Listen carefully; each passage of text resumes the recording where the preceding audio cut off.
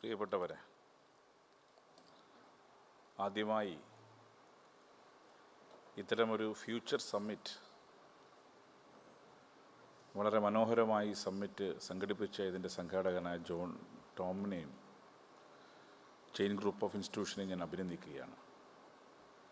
കഴിഞ്ഞ കുറേ ദിവസങ്ങളായി കേരളത്തിലെ വിഷ്വൽ പ്രിൻ്റ് മീഡിയയിൽ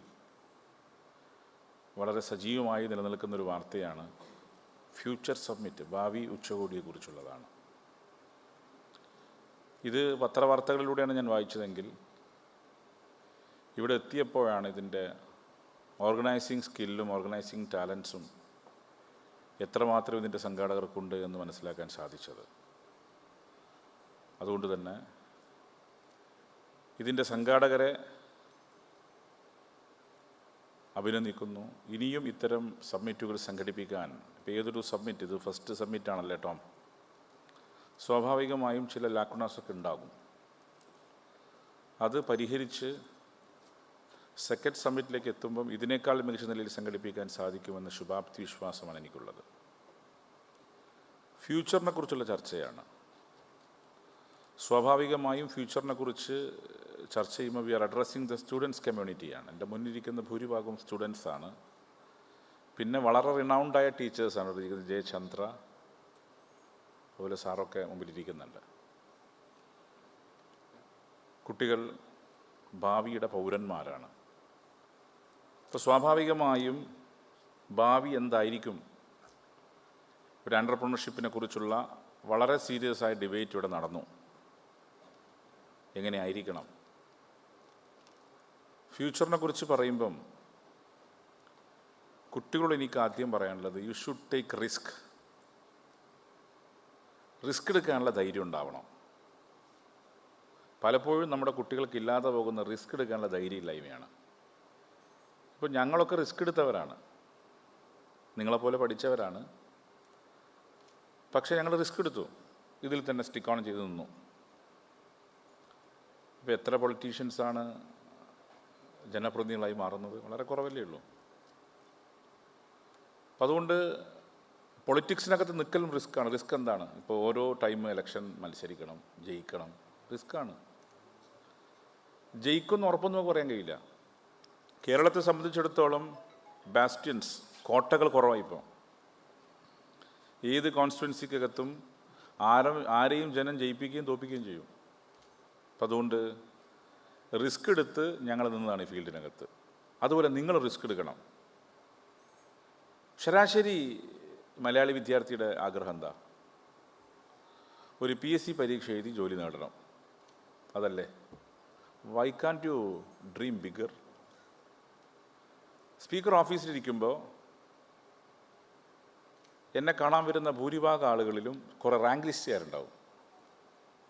സർ, ഞങ്ങളുടെ ലിസ്റ്റ് അടുത്ത മാസം തീരും. സർ, ഞങ്ങളുടെ ലിസ്റ്റ് എക്സ്റ്റെൻഡ് ചെയ്യണം. ഇതൊരു ഗ്രൂപ്പാണ്. അടുത്ത ഗ്രൂപ്പുകാർ എങ്ങനെ വരും? ഞങ്ങൾ പ്രിപ്പയർ ചെയ്തുകൊണ്ടിരിക്കുകയാണ് സർ, നിങ്ങൾ പെട്ടെന്ന് എക്സാം വിളിക്കാനൊന്ന് ഇടപെടണം. എന്തുകൊണ്ടാണ് PSC? ഞാനിനിയിപ്പോൾ ഒരു കോൺട്രവേഴ്സിക്കൊന്നും വേണ്ടി പറയുന്നതല്ല. പൊതുവിൽ ഞാൻ സംസാരിച്ച പലപ്പോഴും കോൺട്രവേഴ്സി ആവാറുണ്ട്. പക്ഷേ ഞാനുള്ള അഭിപ്രായം വെട്ടിത്തുറന്ന് പറയുന്ന ഒരാളാണ് ഞാൻ. PSC ആഗ്രഹിക്കാം, തെറ്റില്ല. പക്ഷെ അതിലേക്ക് മാത്രം കോൺസെൻട്രേറ്റ് ചെയ്ത് പോകരുത്. ഒരു സർക്കാർ ജോലി എന്ന് ചുരുങ്ങി നിങ്ങൾ ചിന്തിക്കരുത്.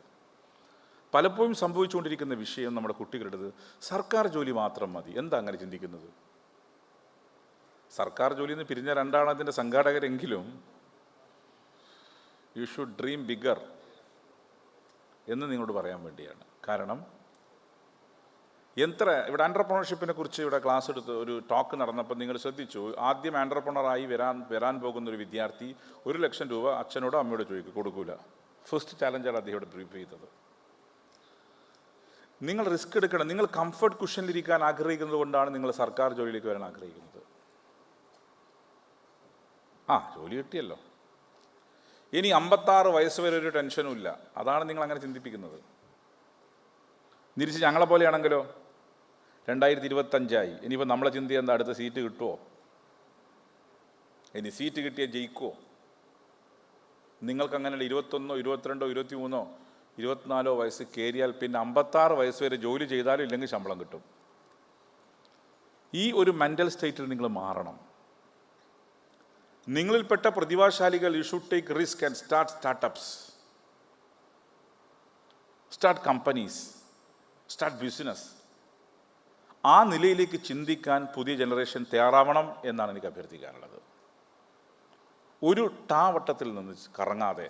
എന്നതിനർത്ഥം ഇതിൽ ഇതിപ്പോൾ നിങ്ങൾ വരുന്നില്ല, പിന്നെ ആരെങ്കിലും വേണ്ടേ? നിങ്ങൾ ഇതിനെക്കുറിച്ച് ചിന്തിക്കണം, പക്ഷേ ഇത് മാത്രമായി പോകരുത് എന്ന് മാത്രമേ എനിക്ക് ചിന്തിക്കാനുള്ളൂ. ഇപ്പോൾ ടോം വളരെ യങ്സ്റ്ററാണ്. എന്നെക്കാളൊക്കെ ഒരുപാട് വയസ്സ് കുറവാണ് എന്നാണ് എൻ്റെ ബോധ്യം. അയാൾക്കും വേണമെങ്കിൽ സർക്കാർ ജോലിക്ക് പോയിരുന്നു. അയാൾ റിസ്ക് എടുത്തു.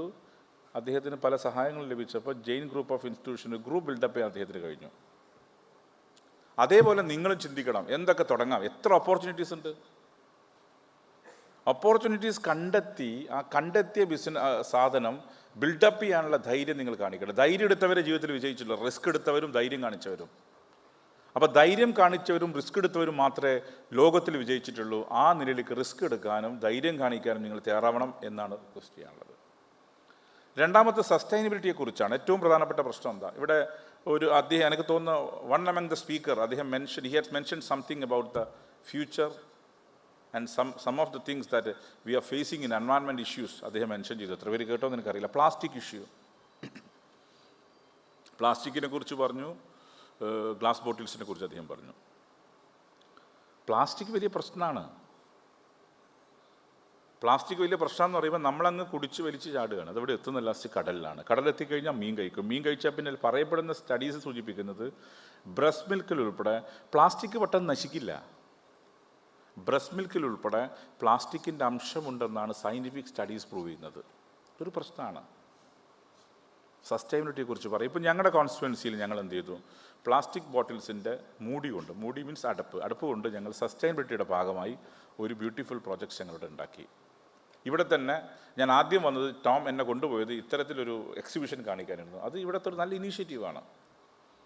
ആ രീതിയിൽ സസ്റ്റൈനബിലിറ്റിയെക്കുറിച്ചുള്ള ഒരു ബോധവൽക്കരണ പ്രക്രിയക്ക് കുട്ടികൾ ഞങ്ങൾക്കിനി മാറാനൊന്നും പോകുന്നില്ല.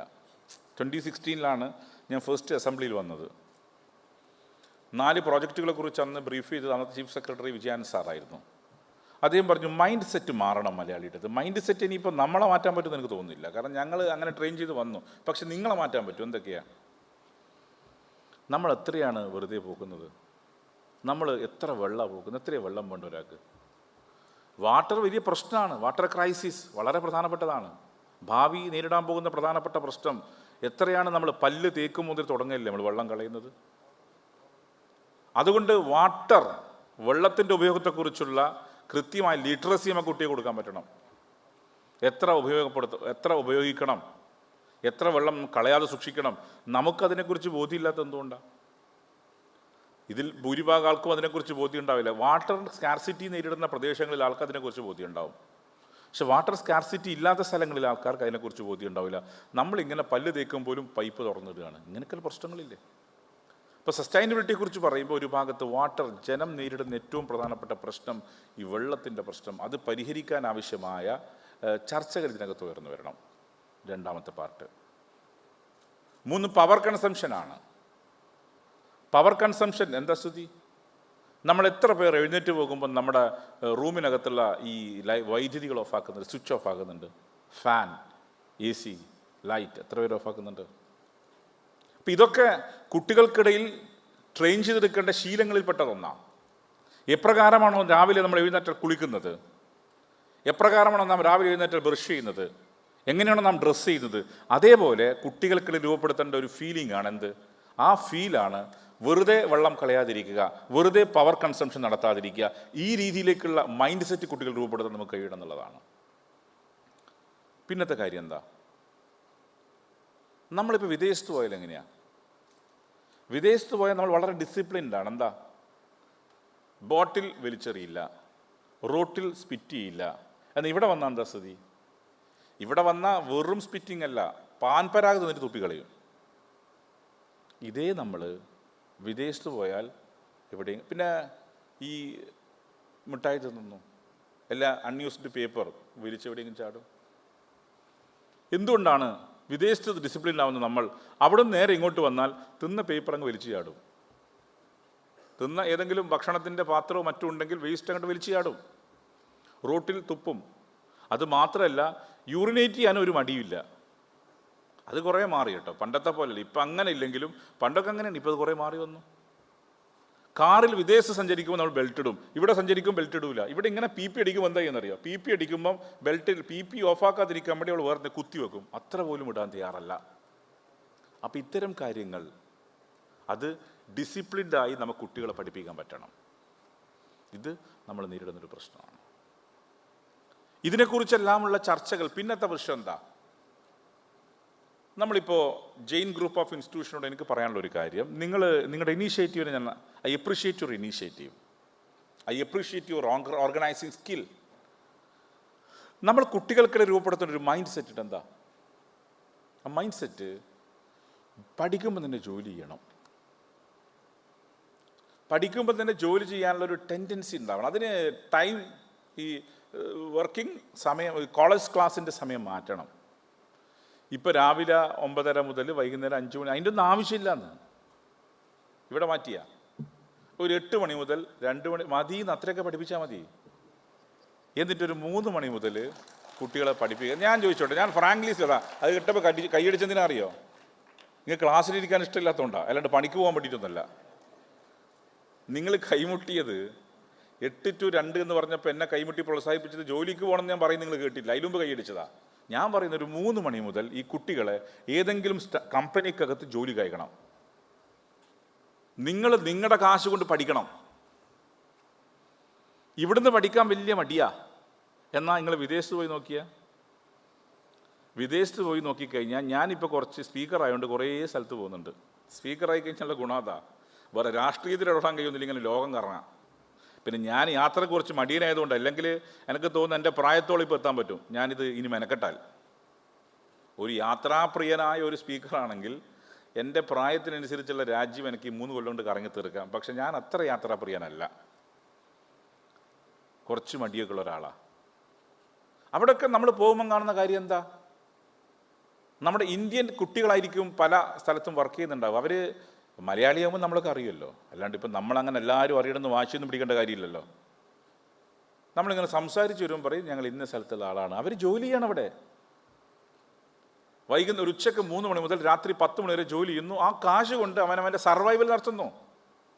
ആ രീതിയിലേക്ക് കുട്ടികൾ മാറണം. ആ രീതിയിലേക്ക് നിങ്ങളുടെ മൈൻഡ് സെറ്റ് പാകപ്പെടുത്തണം.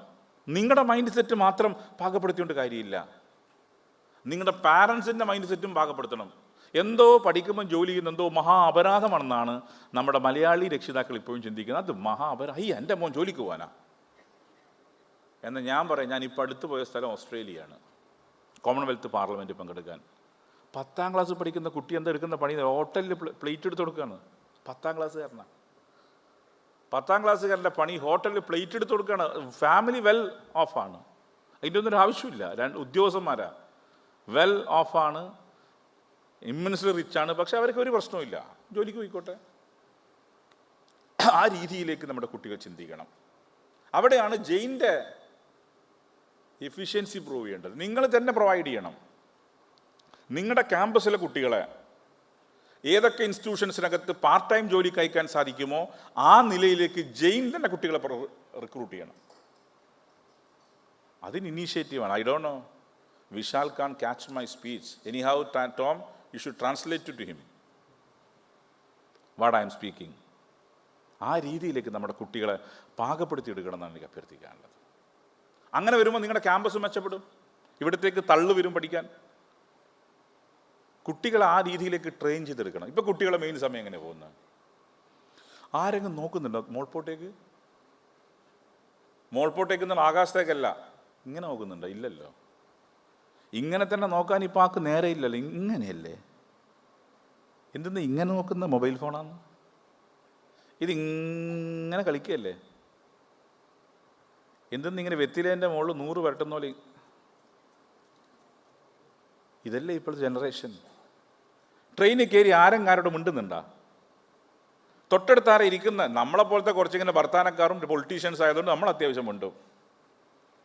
ഇനി നമ്മളെ കാര്യങ്ങൾ മൈൻഡ് ചെയ്യുമോ? നമ്മളങ്ങോട്ട് മിണ്ടിയില്ലെങ്കിൽ ഈ പഹയന്മാരെ മൈൻഡാക്കൂല നമ്മളാ.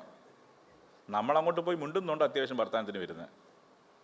കാരണം ഇവന് കയറി കഴിഞ്ഞാൽ തന്നെ തുടങ്ങും. ഒന്നല്ല, ഇപ്പോൾ ടോമിൻ്റെ അടുത്ത് രണ്ടാളുള്ളത്, രണ്ടുമല്ല, ചിലയിടത്തിന് മൂന്നെണ്ണമല്ല ഉണ്ടാവും. ശരി, നമ്മൾ തമാശക്ക് പറയില്ല പുസ്തകം ഇങ്ങനെ രണ്ട് കൈ കൊണ്ട് വായിക്കുന്നു, അതുപോലെ രണ്ട് കൈ കൊണ്ട് മൊബൈൽ ഫോണാണ്. ഇതാണ് ജനറേഷൻ ജെൻസി. അതല്ലേ? എന്താ ജെൻസി എന്ന് പറഞ്ഞാൽ അതിനർത്ഥം ആളോട് മിണ്ടാൻ പാടില്ല എന്നാ. ആ രീതിയിലേക്ക് മാറുന്നു. നിങ്ങൾ കുഴപ്പക്കാരൊന്നുമില്ല, ഈ ടെക്നോളജിയുടെ പ്രശ്നമാണ്. എ ഐയുടെ കാലമാണ്. എ ഐയുടെ കാലം എന്ന് പറയുമ്പോൾ ഇപ്പോൾ നിങ്ങൾ രേഖാചിത്ര സിനിമ കണ്ടിട്ടില്ലേ? രേഖാചിത്ര സിനിമയിൽ മമ്മൂട്ടി വന്ന് ഞാൻ വിചാരിച്ച് ശരിക്കും ഒറിജിനൽ മമ്മൂട്ടിയാണെന്ന്. നോക്കുമ്പോൾ ഇത് ഒറിജിനൽ മമ്മൂട്ടിയല്ലോ, എ ഐ മമ്മൂട്ടിയാണ്. എ ഐയുടെ കാലാണ്, ആർട്ടിഫിഷ്യൽ ഇൻ്റലിജൻസിൻ്റെ കാലാണ്. ഇത് റെഗുലേറ്റ് ചെയ്യണം. ഇത് റെഗുലേറ്റ് ചെയ്യില്ല, സംഗതി പോക്കാണ്.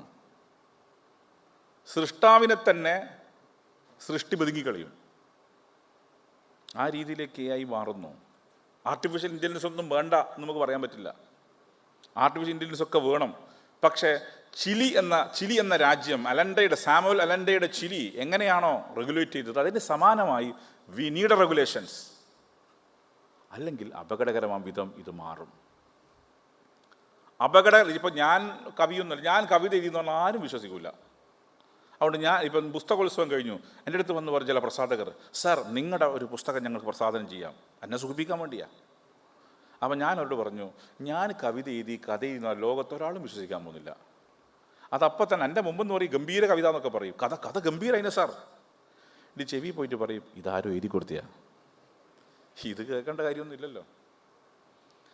എൻ്റെ അടുത്ത് പല പബ്ലിഷരും വന്നു, സാർ ഞാൻ നിങ്ങളുടെ കഥകൾ പബ്ലിഷ് ചെയ്യാൻ തയ്യാറാണ്, നിങ്ങളുടെ ലേഖന സമാഹാരങ്ങൾ പബ്ലിഷ് ചെയ്യാൻ തയ്യാറാണ്. ഞാൻ പറഞ്ഞു ഞാൻ അതിന് ലേഖനമൊന്നും എഴുതിയിട്ടില്ലല്ലോ. സാർ എഴുതിക്കോ.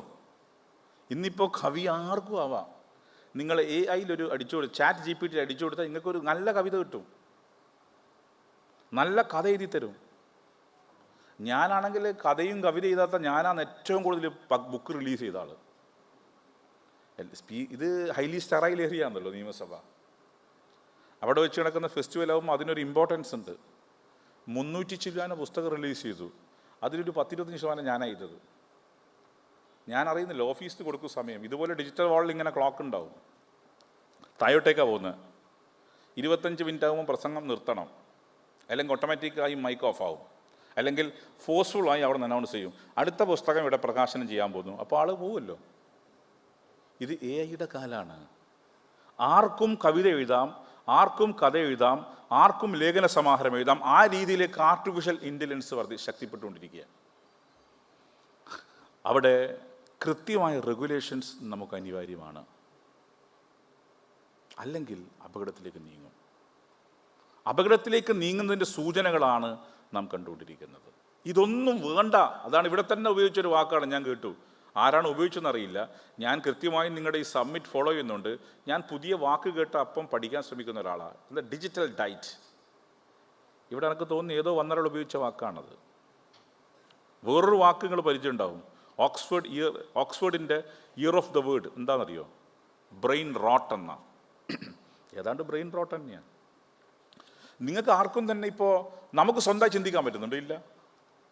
നമ്മൾ ഈ സമൂഹ മാധ്യമങ്ങളുടെ പുറകെ പാഞ്ഞ് നമ്മുടെ ചിന്തകൾക്ക് പകരം സമൂഹ മാധ്യമങ്ങൾ, സോഷ്യൽ മീഡിയ ഉണ്ടാക്കുന്ന തിങ്കിങ് പ്രോസസ്സിലേക്ക് നമ്മൾ ചുരുങ്ങുകയാണ്. വസ്തുതകൾ നമുക്ക് പറയാൻ കഴിയാതെ പോകുന്നു. ഈ രീതിയിലേക്ക് മാറുകയാണ്. അപ്പോൾ ഇത്തരം ഒരു ഘട്ടത്തിലൂടെ കടന്നു പോകുമ്പം നമ്മൾ ജീവിക്കുന്ന കാലം, ഫ്യൂച്ചറിനെ കുറിച്ച്, ഭാവിയെക്കുറിച്ച് ആശങ്കയുണ്ട്. ഭാവിയെക്കുറിച്ച് ആശങ്കപ്പെട്ടിട്ട് ഇപ്പോൾ ചിലർ പറയും നിങ്ങളെന്താ ചെക്കപ്പ് ചെയ്യാത്ത? ഞാൻ പറഞ്ഞു ചെക്കപ്പ് ചെയ്തിട്ട് എന്തെങ്കിലും രോഗം ഉണ്ടെന്ന് തന്നെ അപ്പം തന്നെ മരിച്ചു. ചിലർ പറയുമല്ലോ കൃത്യമായി മെഡിക്കൽ ചെക്കപ്പ് വേണം. ഞാൻ പറഞ്ഞു ഞാൻ ചെക്കപ്പൊന്നും ചെയ്യില്ല. ഇനി ചെക്കപ്പ് ചെയ്തിട്ട് ഇനി എന്തെങ്കിലും രോഗം ഉണ്ടെന്ന് കണ്ടിട്ട് ആടെ തന്നെ കുഴഞ്ഞു വീണ് മരിക്കും. അതുപോലെ ഭാവിയെക്കുറിച്ച് ആശങ്ക ഉണ്ടാകുന്നൊരു കാലമാണിത്, ഭാവിയെക്കുറിച്ച്. പക്ഷെ ഇതെല്ലാം ഈ കാലവും കഴിഞ്ഞു പോകും. This shall be pass. അതുപോലെ ഇതും കഴിഞ്ഞു പോകും. പക്ഷെ നമ്മൾ കാണേണ്ടത് കുട്ടികളെ, പ്രത്യേകിച്ച് നമ്മുടെ ന്യൂ ജനറേഷന്, പുതിയ തലമുറയെ, ആ തലമുറയെ അവർക്കിടയിൽ ഒരു പുതിയ കൾച്ചർ രൂപപ്പെടുത്താൻ നമുക്ക് സാധിക്കണം. ആ കൾച്ചർ ഒന്ന്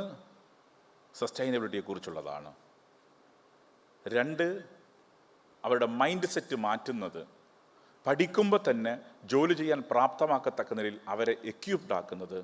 3, കേവലം PSC എന്ന ടാവട്ടത്ത് നിന്ന് കറങ്ങാതെ വിശാലമായി ചിന്തിക്കാൻ സാധിക്കുന്ന രീതിയിലേക്ക് പുതിയ തലമുറയെ ചിന്തിപ്പിക്കാൻ പ്രാപ്തമാക്കണം എന്നാണ് ഇതുമായി ബന്ധപ്പെട്ട് എനിക്ക് സൂചിപ്പിക്കാനുള്ളത്. ഞാൻ അധികം ഒന്നും സംസാരിക്കുന്നില്ല, കാരണം പ്രത്യേകിച്ച് ഫ്യൂച്ചർ സമ്മിറ്റിൽ വന്ന് എന്താ ഫ്യൂച്ചർ എന്ന് എനിക്കറിയാം. ഞാൻ സ്കോളറൊന്നുമല്ല, പക്ഷെ I know the ground reality. എന്താ ഗ്രൗണ്ട് റിയാലിറ്റി? പ്രസംഗമൊന്നും അധിക നേരം കേൾക്കാൻ ആൾ തയ്യാറല്ല. അതാണ് ഗ്രൗണ്ട് റിയാലിറ്റി.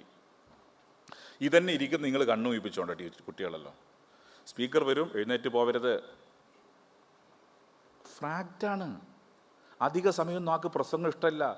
മൈക്ക് മുമ്പിലുണ്ട്, ആൾ മുഖത്തേക്ക് തുറച്ചു നോക്കുന്നുണ്ട്, എന്നാൽ പിന്നെ സകല അറിവും അങ്ങ് വിളമ്പിക്കളയാം എന്ന് പറഞ്ഞാൽ മനസ്സിൽ അവർ പിറുപിറുക്കും, മർമറിയും. ഇങ്ങനെ എത്ര സമയമായപ്പോൾ? സമയം 12:45. അധിക സമയമൊന്നും സംസാരിക്കുന്നതും ശരിയായ രീതിയല്ല. അതുകൊണ്ട് എൻ്റെ കാര്യങ്ങൾ ഞാൻ പറഞ്ഞു. നിയമസഭ ഇങ്ങനെ തന്നെയാണ്. നിയമസഭയിലൊന്നും കുറേ നേരം പ്രസംഗിക്കാൻ പറ്റില്ല. ആൾക്ക് ഏത് പ്രമുഖനായ പ്രാസംഗികനും പരമാവധി പറ്റിയ 15 മിനിറ്റാണ്, 20 മിനിറ്റാണ്.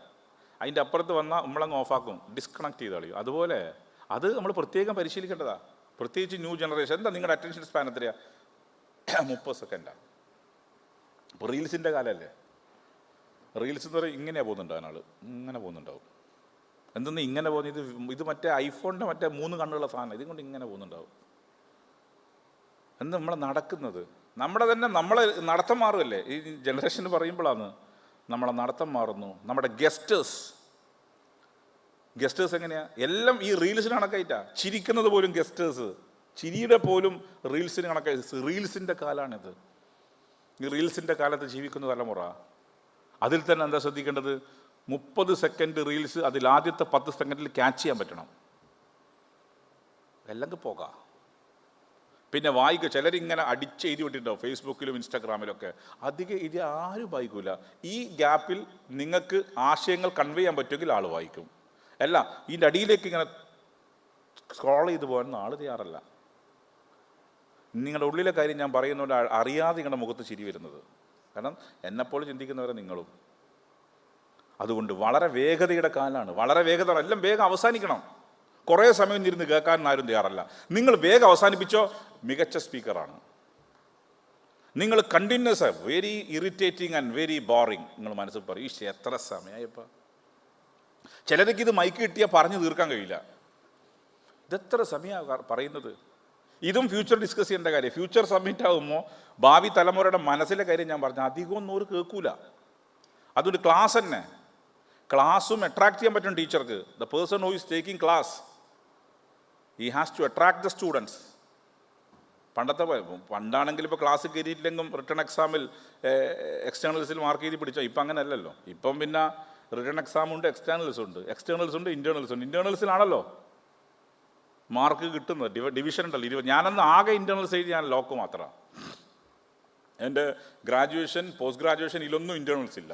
എക്സ്റ്റേണൽ ആയതുകൊണ്ട് നമ്മൾ കൃത്യമായി പാസ്സായത്. ഇൻറ്റേർണൽസ് വരുമ്പോൾ നമുക്കൊന്നും ടീച്ചർമാർ വലിയ മാർക്ക് കയറില്ലല്ലോ, കാരണം ക്ലാസ് കയറാറില്ലല്ലോ. അതുകൊണ്ട് എവിടെയൊക്കെ പിടിക്കാൻ പറ്റുന്ന ചാൻസ് അവിടെ പിടിക്കും. വരട്ടെ ഇൻറ്റേർണൽസ്, നേരം നോക്കാം. അതുകൊണ്ട് ഒരു വലിയ മാർക്കൊന്നും, എങ്ങനെയെങ്കിലും പാസ്സായിപ്പോട്ടെ എന്നുള്ള മാർക്കൊന്നും വന്നില്ല, എന്നങ്ങ് പോട്ടെ എന്ന രീതിയിലെ സമീപനം നമ്മൾ സ്വീകരിച്ചത്. അതുകൊണ്ട് കുട്ടികളോട് എനിക്ക് പറയാനുള്ള കാര്യം, മത്സരത്തിൻ്റെ കാലമാണ്. ഹാർഡ് വർക്ക് ചെയ്താൽ മാത്രമേ വിജയിക്കാൻ പറ്റൂ. സക്സസ്ഫുള്ളായി മാത്രമേ ജീവിതം മുന്നോട്ട് പോകാൻ പറ്റൂ. അതുകൊണ്ട് ജീവിതത്തിൽ വിജയിക്കാൻ അച്ചടക്കം ഉണ്ടാവണം, ഡിസിപ്ലിൻ ഉണ്ടാവണം. ആ രീതിയിൽ വളരാൻ നിങ്ങൾക്ക് ഓരോരുത്തർക്കും സാധിക്കട്ടെ എന്നാണ് എനിക്ക് സൂചിപ്പിക്കാനുള്ളത്. ഏതായാലും വളരെ നല്ലൊരു ഇനീഷ്യേറ്റീവാണ് ജെയിൻ ഗ്രൂപ്പ് ഓഫ് ഇൻസ്റ്റിറ്റ്യൂഷനും ടോമും എടുത്തിട്ടുള്ളത്. ഇതിനിയും കണ്ടിന്യൂ ചെയ്ത് കൊണ്ടുപോകാൻ പറ്റണം. ഇതിൽ ഇനിയിപ്പോൾ ഒരു ഇലക്റ്റഡ് റെപ്രസെൻറ്റേറ്റീവ് ആണല്ലോ ഞാൻ, എനിക്കൊരു കോൺസ്റ്റിറ്റ്യുവൻസി. അതിൽ ഞങ്ങളുമായിട്ട് എങ്ങനെ സഹകരിക്കാം അതുകൂടി പറയും. കുറച്ച് സ്വന്തം കാര്യം പറയണ്ടേ. ജെയിൻ ഗ്രൂപ്പിന് എങ്ങനെ ഞങ്ങളുമായി സഹകരിക്കാം? തലശ്ശേരിയിലെ വിദ്യാഭ്യാസ സ്ഥാപനങ്ങൾക്കകത്ത് പഠിക്കുന്ന കുട്ടികൾക്ക് വല്ല ജോലിയും കൊടുക്കാൻ പറ്റുമെങ്കിൽ അത് നല്ലതാണ്. അപ്പോൾ ആ രീതിയിലേക്ക് ചിന്തിക്കണം. തിങ്കിങ് പ്രോസസ്സിനകത്ത് കുട്ടികളുടെ മൈൻഡ് സെറ്റ് ആ രീതിയിലേക്ക് മോൾഡ് ചെയ്തെടുക്കുന്ന എല്ലാ പ്രക്രിയക്കും ആ രീതിയിലേക്ക് വിദ്യാഭ്യാസ ക്രമം മാറ്റാൻ ജെയിൻ ഗ്രൂപ്പ് തയ്യാറാവണം എന്ന് മാത്രം പറഞ്ഞ് എന്നെ ക്ഷണിച്ചതിന് ഇതിൻ്റെ ഓർഗനൈസേഴ്സിനോട് നന്ദി പറഞ്ഞുകൊണ്ട് ഞാൻ എൻ്റെ വാക്കുകൾ അവസാനിപ്പിക്കുകയാണ്. എന്തെന്നുണ്ടാ